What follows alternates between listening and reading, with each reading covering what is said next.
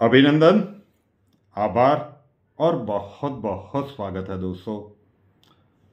तीनों चैनल पे ये वीडियो अपलोड होगा, रूपेनार शाह पे, श्रेया शाह पे और रियल न्यूज़ पे भी, क्योंकि सनातन संस्कृति में जो अवसर कई वर्षों के बाद आता है वो समय का कालखंड शुरू होगा 13 जनवरी 2025 से लेकर 26 फरवरी 2025 तक, जब महाकुंभ का आयोजन होगा। क्या है, अब कुंभ के मेले के बारे में बहुत सारे लोगों को बहुत कुछ पता होगा, लेकिन टेक्नोलॉजी का जमाना है और हम पाश्चात्य संस्कृति में इतने रंग चुके हैं कि हमारे सनातन संस्कृति के प्रभाव के बारे में, हमारे प्राचीनतम संस्कृति की धरोहर के बारे में हमें कुछ भी पता नहीं है। हमें शायद किताबों में पढ़ाया भी यही गया कि जो भी मुगल साम्राज्य थे उनके पिताजी कौन थे वो रट्टा मार के पढ़ लो और वो लिख लो, वो याद रखो, लेकिन सनातन संस्कृति का कोई चैप्टर नहीं था। तो ये क्या है पूरा, चलिए आज के इस वीडियो में समझते हैं कि ये अवसर आपके जीवन में दोबारा फिर से आने वाला नहीं है। तो जरूर से इस वीडियो को देखिएगा, इस समय का पूरा उपयोग कीजिएगा। 15 दिसंबर 2024 को जिन्होंने मुद्रा बैच यहाँ पे अटेंड की थी अहमदाबाद में, उसके बाद वाली जो 2 छोटी छोटी बैच थी, और 12 जनवरी क्यों मुंबई रखा गया, भाई एक दिन पहले है, और जब ये ऊर्जा का संचय किस तरह से करना है, ये वो समय है कि उसका आप पूरा उपयोग कर सकते हैं। ठीक, तो इस अवसर को भी जो लोग सीख गए हैं उन्हें तो बिल्कुल इस समय का एक एक क्षण का उपयोग कर लेना चाहिए, जब भी उस ऊर्जा को आपके आंतरिक ब्रह्मांड में समाहित करने की, यूटिलाइज करने की सारी टेक्निक्स आपको सिखाई गई है। अब ये कुंभ का मेला लगता क्यों है, इतिहास क्या कहता है, हमारी पौराणिक जो कथाएं हैं उसमें कहा गया कि भाई जब समुद्र मंथन किया गया था, देव और दानवों के बीच समुद्र मंथन, ये कहानी सुनी हुई होगी। समुद्र मंथन किया गया था तो 14 रत्न निकले थे। जो पहला रत्न निकला था वो विष का घड़ा था। अब हलाहल विष कौन लेगा, कोई नहीं लेगा। तो फिर सब महादेव के पास पहुंच गए, उन्होंने वो विष का घड़ा पी लिया और अपने कंठ पे रोक लिया। तो यहां पे पूरा उनका गला नीले रंग का हो गया उस विष के कारण, और इसीलिए उनको नीलकंठ कहा जाता है। वो नीले रंग के विष के कारण इतनी सारी गर्मी पैदा हुई कि उनकी जटा में फिर चंद्रमा को रखा गया। चंद्रमा की शीतलता उनको मिलती रहे ताकि उसका प्रभाव, जो विष उन्होंने गले में धारण किया है, उसका प्रभाव ज्यादा उनको सहन न करना पड़े। तो ये एक पहला रतन था। सारे घटनाक्रम हम बोलते जाएंगे तो बहुत लंबा हो जाएगा।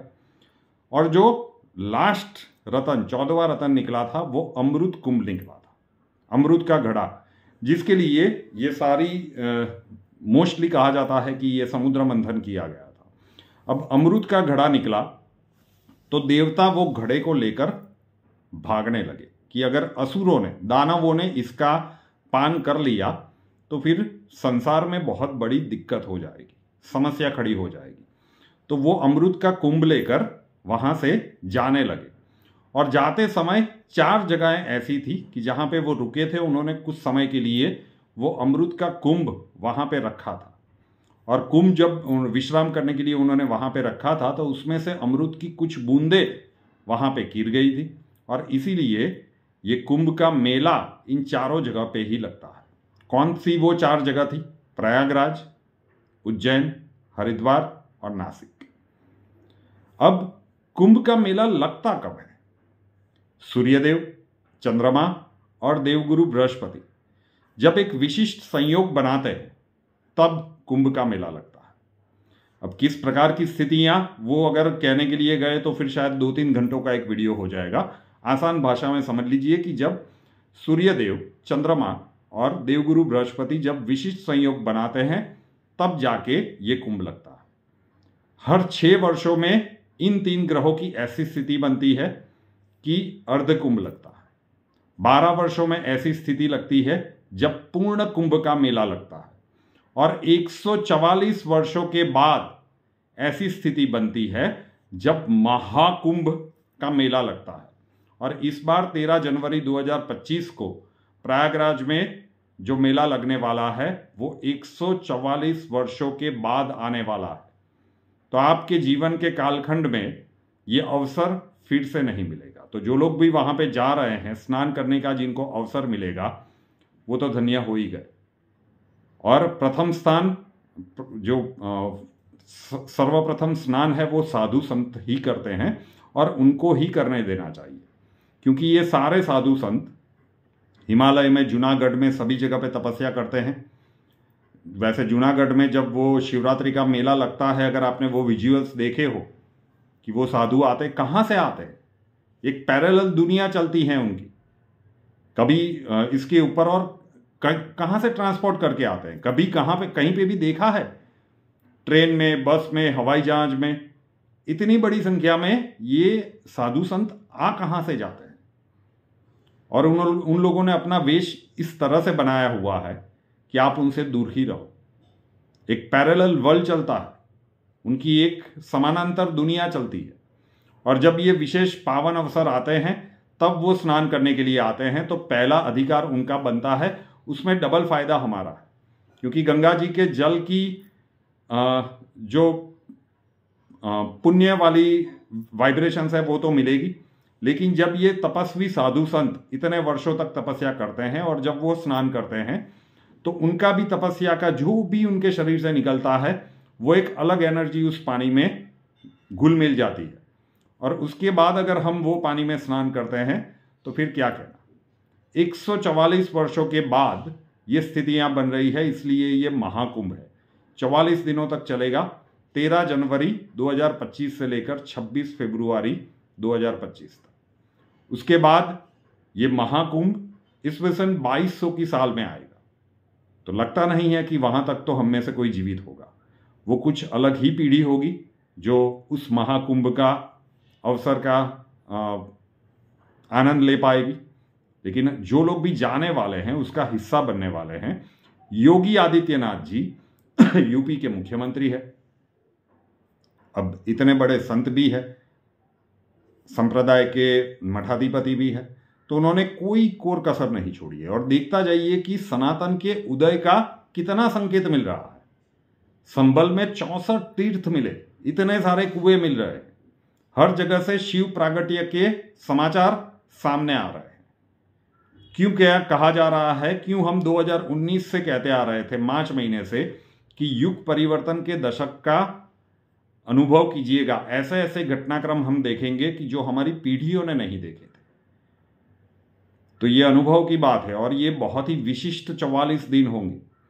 तो अगर आप नहीं भी जाने वाले हो इस समय के अंतराल में, अगर आपका वो सौभाग्य नहीं है कि आप महाकुंभ के अवसर पर वहां पे स्नान कर पाओ, तो कोई बात नहीं। आप जितना भी, जिस भी ईश्वर में आपकी आस्था हो, उनका जाप कीजिए, स्मरण कीजिए।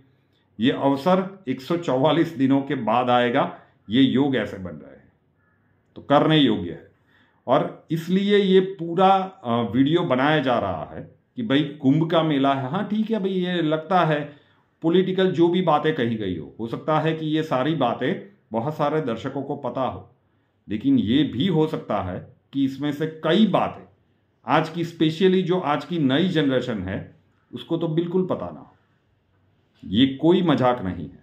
सनातन संस्कृति को मजाक बनाने में सरकारों ने या फिर जो कला क्षेत्र के संबंधित जुड़े हुए व्यक्ति थे, इसे मिटाने में, इसका मजाक उड़ाने में इतने वर्षों में कोई कसर नहीं छोड़ी गई थी। क्योंकि अब सनातन संस्कृति के उदय का समय आ रहा है, तो ऐसे बहुत सारे सच अब निकल के बाहर आएंगे। ऐसे बहुत सारे घटनाक्रम का अनुभव भी हर किसी को होगा। ऐसे ही इसे युग परिवर्तन का नाम नहीं दिया जा रहा है। तो 13 जनवरी 2025 से लेकर 26 फरवरी 2025 जो लोग भी आध्यात्म के क्षेत्र में हैं, स्पिरिचुअल जर्नी में हैं, उनके लिए ये विशिष्ट संयोग है। और सामान्य जनमानस के लिए भी, अगर जिस भी भगवान में आपकी आस्था है, उनका स्मरण करने के लिए, मेडिटेशन करने के लिए, और मैंने शुरुआत में ही कहा कि जो लोग मुद्रा बैच का हिस्सा बन चुके हैं अहमदाबाद की, और जो अब 12 जनवरी को मुंबई में होने वाला है, वो जब आप सीख ले तो आपके आसपास जो ऊर्जा है, कई लोगों को समझ में ये क्या बात कर रहे हो, नहीं, जो सीखे हैं उनको पता होगा कि वो ऊर्जा का अनुभव क्या होता है। वो आपके आंतरिक ब्रह्मांड में स्टोर कीजिए और फिर उसका उपयोग कीजिए जिस प्रकार से सिखाया गया है। आपके लिए भी ये अवसर 144, वैसे तो कहीं कभी भी कर सकते हैं, लेकिन ये बहुमूल्य अवसर है, इसे बिल्कुल भी जाने मत दीजिएगा। बस यही कहना था महाकुंभ के बारे में। वीडियो अच्छा लगे तो सिर्फ अपने तक मत रखिएगा, वीडियो को एक लाइक कीजिएगा, आपके जितने अपने हैं और सोशल मीडिया के माध्यम है वहां पे शेयर कीजिएगा। रूपेनार शाह, रियल न्यूज़ और श्रेया शाह नाम के इस यूट्यूब, क्योंकि तीनों चैनल पर ये वीडियो अपलोड होगा, तो इसे सब्सक्राइब कर लीजिए, साथ वाला बेल आइकॉन दबा दीजिए और उसके बाद 3 ऑप्शन आएंगे, ऑल के ऊपर क्लिक कर दीजिएगा ताकि हर नए वीडियो की नोटिफिकेशन आपको सबसे पहले मिलती रहे। नए वीडियो के साथ फिर मिलेंगे। जय हिंद।